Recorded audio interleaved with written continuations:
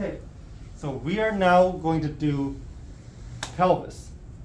Pelvis goes from the right side of the body to the left side of the body, right? It covers the entire body. So we need to take this cassette and flip it crosswise. So do not forget to take your cassette and switch it to crosswise.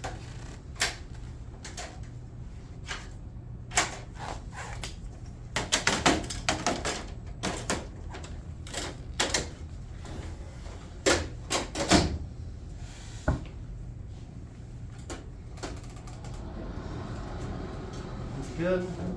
Just need to make sure to line this up to my bucky. Pretty close. Here we go. Okay. Now, with the pelvis is very similar to our abdomen. So once we got this set up on the abdomen, what other very important thing that we need to make sure we did before we begin positioning? Make sure they're in the middle. Great. Make sure that they're straight and in the middle. Right, so stand here at the foot of the bed, stand at the head of the bed, and just make sure your patient is straight down the bed. They're not slanted on one side, you're not slanted on the other side, right? Just make sure that your patient is straight. So, right now, Shamika looks like she's actually done really well. Okay, so great job, patient. Now, for pelvis positioning, there are two landmarks that you can use. Number one, you can palpate for the as-is. I'm sorry, there's three landmarks you can use. Number one, as-is. Palpate for the as-is. Go 2 inches down, 2 inches inferior to the as-is. Landmark number 2, pubic symphysis. Palpate pubic symphysis, go 2 inches up, 2 inches superior. Now, I see people shaking their heads already. Are you allowed to palpate the pubic symphysis? Oh, No. Very good. I'm glad you all still remember that. But what else can you palpate instead, which is at the same level, the same height as the pubic symphysis? That's right, the greater trochanter. We talked about that back in the abdomen chapter, right? Back then you didn't know what a greater trochanter was. Now you do, right? Now you've covered it with Mr. Donahue. So greater trochanter here at about the same level as the pubic symphysis. So either find as-is, 2 inches down, or greater trochanter, 2 inches up. Make sense? All right, your third positioning landmark. This is the one that most of your texts will use. You come up here, you find the crest, make sure it's actually the crest and not the as-is, and then you put light above the crest. And that's it. Because if you have light above the crest, you know you have the top of the pelvis. And as long as the light's not too far above the crest, you have the bottom of the pelvis. Right? It's just kind of, it's like how your text, instead of finding T7, right, you just put light above the shoulders. Same idea for the pelvis, right? Light above the crests. Okay, so those are the three techniques that you can use to find your centering for the pelvis. Yes, so the as-is, we put light above the as-is, or we put it's under? So for the as-is, we're talking about the crosshair here, the center. So you find the as-is and you put the center 2 inches underneath the as-is. center, okay. So the light is going to go right at the as-is. So the top of the light then should be above the crest. Right? The whole goal of all three of these is to put light above the crest. It's just how do we do it? Right? If all you do is you put light above the crest, how much you get underneath is going to change, right? If you put the center here 2 inches below the as-is, you should have the same amount of stuff above and below every single time. But it's a bit more work to locate. The as-is? No, as-is. Right? Because you have to do the 2 inches measurement, right? Okay. So the texts are just like, crest, light, all right, good, right? That's how most texts are anyway. Sometimes you will find a good text that will properly center. Make sure you value those texts. So for test out, it doesn't matter which way you decide, or is there a way you prefer? Good question. for test out, I will be measuring from the as is. Okay. Okay, so if you just put light above the crest, you better cross your fingers and hope that you got lucky. Oh, Alright, so sorry, Shamika, I'm going to check for your as is. I think it's right above here. Sorry, are you okay? Mm-hmm. Alright. So yeah, I think as is right about here. So I've got my 2 inches. Alright. I'm going to put it right here. So, I'm not 100% certain that I'm at the as is. So let me double check myself, right? How do I double check myself? That's right, trochanter. Alright, so turn your leg a bit in. Let me check for that trochanter. Alright, so bony thing right there. Okay. Looks pretty good. I find my trochanter. I went 2 inches up. That's about the same location, right? Yeah. Oh, yeah, about the same location.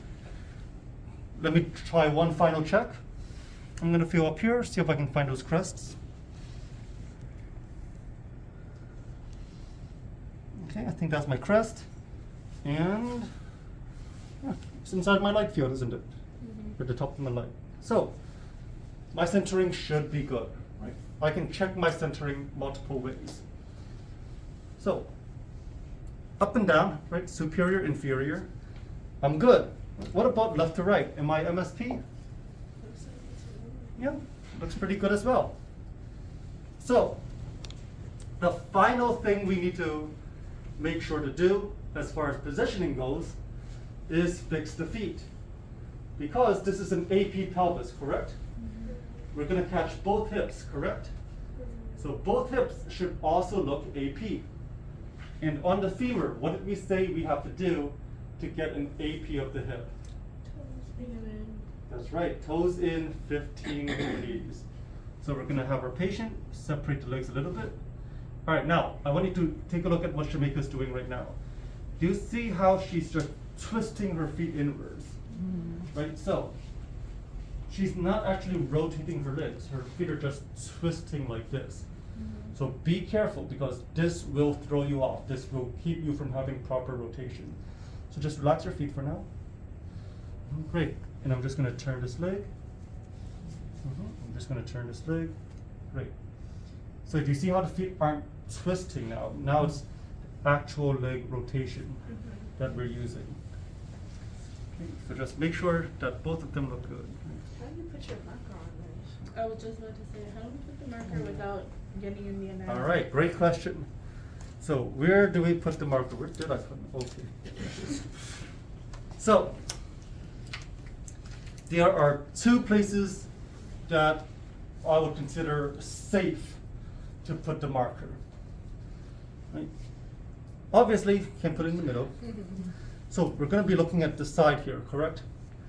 And your 3 options are top, middle, bottom. Do not put it on the bottom. That's where the femur is. That's anatomy.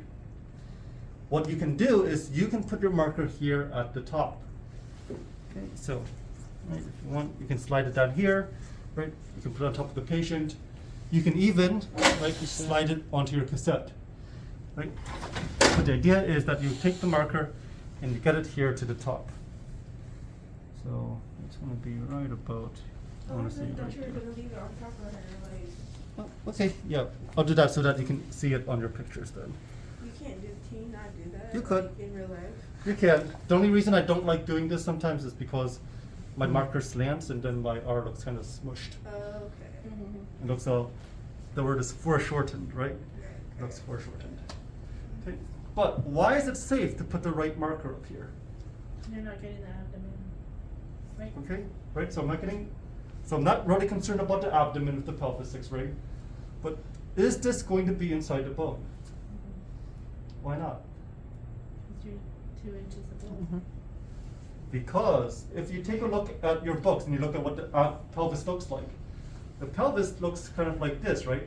In your Plato models, it curves, right? And so when it curves, it leaves you this nice corner right here at the very top, right? So the bone curves like that, right? And you get this nice corner at the very, very top. So this will not have bone in it. Second location you can put this is here in the middle. Because that's right, the pelvis dips in like this, right? And it kind of like pops back out right before the femurs. So you have that dip in the bone. That's going to be right here in the middle. This I do not recommend. Because if your centering is even slightly off, that dip is going to move, and now your marker is inside the bone. Right? So if you're going to mark, I always recommend marking all the way up here in the top corner. Doesn't matter if it's left side or right side, just mark in the top corner. Okay? Great, so go ahead and turn your legs back inwards, please.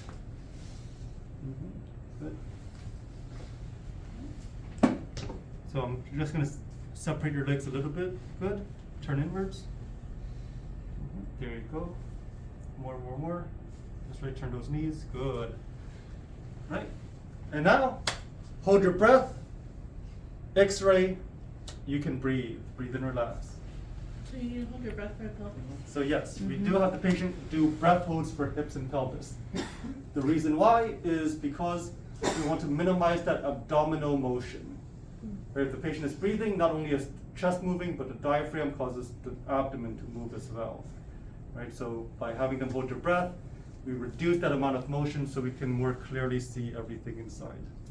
So on the test, it would be like what is it? So this is Suspended respiration. suspended respiration. Okay. Very good. Just hold your breath. It doesn't have to be in, doesn't have to be out, just hold the breath.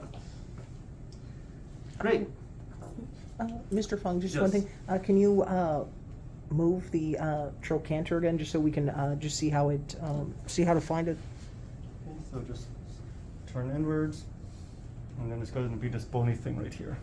Okay. Then you just have them move their leg to where they can feel it. Is that kind of okay? So main thing is just that their toes are not out, because Okay. as the foot falls outward, the trochanter slides underneath them, so you can't find it. So you just have them turn inwards, and then you just feel for this bony thing right here. Okay. Right, because down here, right, all flesh, all flesh, all flesh, and then you got this hard structure. Okay. And then just go to the top of your heart structure. All right. Next up is the bilateral hip frog leg method, also known as the cleaves, modified cleaves. Okay, so what does a frog look like? That's right, a frog looks like this, right? So patient's gonna do the same thing. They're gonna bend their legs, good, and then they're gonna let the knees fall out, right? Just like a frog. Right, go ahead and relax. Straighten out your legs again. But before we do that, we first need to make a very, very small adjustment. Remind me, where